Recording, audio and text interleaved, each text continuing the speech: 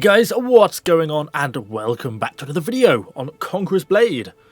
So, a little bit of a random one. We've covered the Fortebraccios hundreds of times in videos on this channel, so no particularly good reason to be covering them again, other than I just sort of wanted to play them, really. And since we've got to do videos on something, and we've pretty much covered every unit in this game, I thought, well, we'll go back to the Fortebraccios, because I absolutely love them. So why are they one of my favourite units?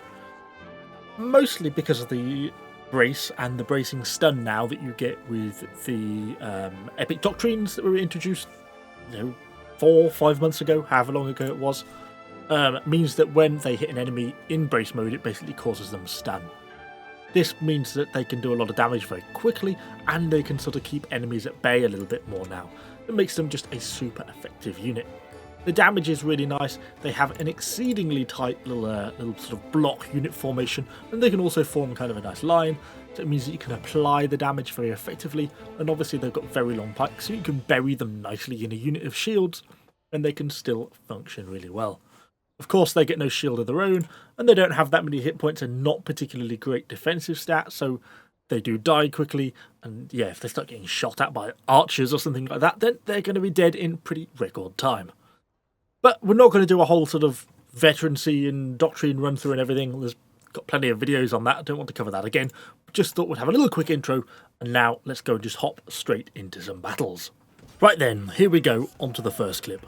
Not necessarily always clips of exactly what we should be doing, but some kind of interesting examples, hopefully, of kind of why I like them, and sometimes where they work well and sometimes where they work less well. So initially we're just pushing the A point. That tread was a little bit close, which kind of just made me hesitate briefly, but as we push up, we actually still own the top of the stairs, because these Fortebraccio are kind of like Daleks. They get defeated by staircases. You can never deploy on a staircase and really have any sort of success. But as you can see there, we punch through that unit of grey hairs really quite easily. Once you've broken the block on them, the damage these Fortebraccios do is just really intense, and we basically take out, 2/3 of that unit really within a few seconds. I pulled back when those berserkers came round the corner, because if the berserkers get too close to you, remember that when a unit is close to you as a pike unit, you basically do no damage, because you can only sort of hit them with the wooden part of the shaft rather than stab them with the end. But we grabbed ourselves a hero kill, and then we get a second little one on that little on the A point. Someone nicely threw a dual blade into us, and we've basically cleared out the top. So I was quite pleased with that as a start, and that's how I kind of like to use a unit, fairly aggressively, pushing them up with the team, trying to get that damage to apply and just push them forwards. Try not to be too passive with them. And then we're kind of pushing on. I'm thinking about following those berserkers down that staircase, but realistically I didn't really want to go down there. I'm going some merry chase, and they're far quicker than me, and if I go on my own, then I'll just get outflanked and killed. So we push along the top, thinking primarily about going for that supply point. But there's a couple of berserkers trying to retreat back, and it looks like their controlling hero is perhaps dead and they're just left on attack, or they've at least got themselves onto attack mode, because they seem to be trying to walk round. And I'm trying to get set up here, but as the rest of the team pushes through, basically a fight breaks out to sort of the side of it, so I have to try and angle the unit of Fortebraccios so that they can sort of stab round the corner there. And they work a little bit. They get themselves a few kills against some berserkers and stuff. And a few more grey hairs who seem to be having some sort of vendetta against them and hunting them down at the moment. But with them dead, it's then definitely to the supply point for me. Yeah, the unit's got a little bit of damage. We've taken a few losses, but still got a good chunk of unit here. So I want to get to the supply point, get the unit healed up. Then it's kind of, do we go for B or do we go for the C point? This unit is pretty painfully slow. I kind of actually would like to put a sprint doctrine on them. I think they'd benefit from it quite a lot, actually. Because I say, the movement speed is fairly painful. And so that kind of prevents C, at least from, well, I suppose I could follow the wall all the way around, but it's going to take me a while. So I decided just to follow sort of the bulk of the team down the staircase here. We've got a reasonable setup going, and we've actually got a little bit of fighting going on the B point already. So that's kind of where I want to be going. But as we push down, actually the bulk of the team comes off the bottom of this staircase and just goes straight on, basically going for that supply point at the base of C. Which kind of threw me a little bit. I thought we were going to be going for B, and that's kind of where I wanted to go.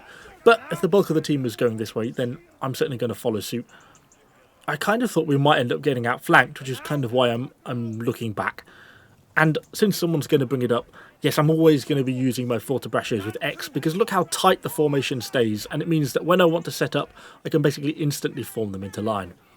We go forwards to engage these Madao. I get some damage on a spear, but unfortunately I get dual-bladed. And even though we actually do reasonably against the Madao, we get quite a few kills against them, we eventually get overwhelmed because we get the multiple enemy heroes going in and quite a few enemy units as well. I think given more time, I would have actually, if I'd stayed alive, I think we could have done quite well there. But anyway, on to the next clip. Interesting one, this one kind of a little bit messy, take quite a few casualties, but the unit is still effective. Obviously on Orgolia, just initially getting stuck in with the hero while, as I was saying, without the sprint doctrine, waiting for the unit to catch up. And as we come down, I'm initially thinking about these grey hairs here, as always, targeting these guys, and we get set up at my sort of maximum range, and we get some stabs in on the front. Some berserkers go forwards, but there's a fair bit of stuff going on. I kind of tunnel vision on these guys here. I don't notice the berserkers coming around the back. We get interrupted, and I realise I'm suddenly vastly out of position. I've got a unit of berserkers behind me, and if they start to get engaging on me, I'm going to be in big trouble really, really quickly.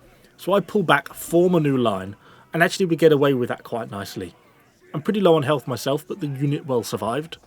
So then I'm looking for my kind of next spots where I'm going to push in. And there's a fair fight going on this side, some more Madaos down here. So I just go down, start getting set up, start getting my damage in. Not picking up vast amounts of kills, but doing a little bit as we're kind of helping the team push forwards. And we've got the decisive advantage here now, we're clearly going to be capturing the B point here. So just move the unit round to the corner, get them out of the sort of firing line of enemy archers, but also covering that doorway just in case the and make a cav charge or make any sort of return to focus on it, and we capture out the point. From here, I guess we've got a few options. We still haven't got A, so we can't go and capture C. So we could go round and push around the corner and try and capture D, but the unit is pretty badly damaged, and we still haven't got the supply point on the other side of the map, so that's really where I'm kind of wanting to go. So we push along the straights here a little bit, get stuck in against a few bits and bobs. Quite a few enemy heroes here, actually. I get an annoying little camera angle moment where I get sort of forced around that corner, but we're still able to get set up, and against this sort of lightly armoured stuff here, we can cut through it pretty quickly. And then we're on to the Javs. Well, they're never going to stand a chance, are they? Look at the amount of stuff they've got coming here. We get a few kills on them with the pikes as we get set up, but realistically, they were dead anyway. So we're up the hill. We get a slight staircase problem here against these prefecture guards.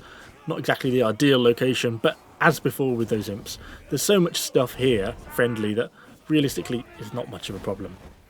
That was actually in loose that we got that hero kill. When you're fighting individual or small amounts of heroes and there's not very many enemy units around, I find the Fortebraccios pick up hero kills much easier outside of brace formation. So I basically just set them on free attack, either just using sort of double tapping C so they come to me and attack, or just pressing V and getting them to attack. And the damage they do to heroes then is actually pretty decent. They'll normally be hitting sort of 1500, 2000 more if they crit. But because they've got so long pikes, it means that sort of all 30 of them can basically turn and stab a hero at once, which means particularly against light armor heroes, you can almost insta-kill them with a unit like this. So at this point, quite a lot of the unit is dead. Almost half. Not quite, but almost half. And it could be kind of easy at this point to sort of write the unit off, to think, well, it's already sort of been used up. There's not a lot left on it. It's not going to have, much more to commit to the rest of the game. But actually, it can still be super effective. I kind of switched to line. I tend to do this when the unit gets smaller because, if you keep them in the sort of the deeper formation, then I think it's not really worthwhile because, you become presenting such a narrow front line. But the unit is still effective. And as we push up, we start to get stuck into this unit of palace guards. We get set up, we do a little bit of damage here, picking up a few kills here and there with these Madaos pushing through. But the Madaos do the bulk of the work there. But as we push up, we can basically go to C or D now because we've actually captured the A point. And as we push around the corner, we get a nice full stack of condos, which gladly charges into us. I mean, this is a sort of thing Fortebraccios are made for. I mean, they just absolutely flatten that unit in like a second flat. It's just awesome for this sort of stuff. And then this is just how you use them. Step forward, push, set up, stab, 10-15 kills. Push, set forward, stab, and they're just so brutally effective at that. You just keep pushing them forwards, and it means the enemies just can't really even escape from them. And the pikes are so long that they can still just be so effective. They just pick up kills like that really, really quickly. We get attacked by a unit of paladins actually from behind. I should have set up a little bit further forwards here, but as we're finishing them off, I just set them on free attack. And yeah, they pick up a couple of kills. They help these medals just finish off what's left. This was a little bit optimistic. Yeah, that wasn't even close, was it? I knew that Maul's horse was low on health because the other hero had got quite a bit of damage on him. But yeah, that was a little bit of an optimistic attempt at a stab. But we're capturing now C and D simultaneously. We basically captured C and are pushing on now to the base point. So I was thinking about going to base, but I'd also want to heal the unit up a little bit, really. And we don't yet own the supply point. And you can see right at the bottom of the alley, there's a few enemy units. We've got these grey hairs here, but I don't think they've realised that there's enemies behind them. And as we come out, this musket basically takes the fight. I initially get the setup, but he bombs me, which is annoying. But I'm able to basically counter his units charged with my pike's ability. And we do get set up again in time.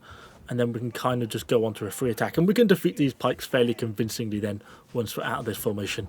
And we're now well over 90 kills, 95 kills, something like that. And, you know, the unit's pretty diminished now, but it kind of shows what it can do. You know, you could easily have given up on the unit halfway through that, and we've still picked up another 50 kills from that point, even though it's only a half or 2/3 strength unit, and that's why they can be so effective. We did go on to win this in the end, but we basically just block up their spawn point coming down from the stairs to the final base point, and there's not a lot they can do about it. Anyway, hopefully you've enjoyed the video. A little bit of a random one, but if you have, do let me know what you think in the comments down below. And of course, subscribe to the channel for a lot more Conqueror's Blade content. Thanks for watching, guys. I shall see you all on the next one.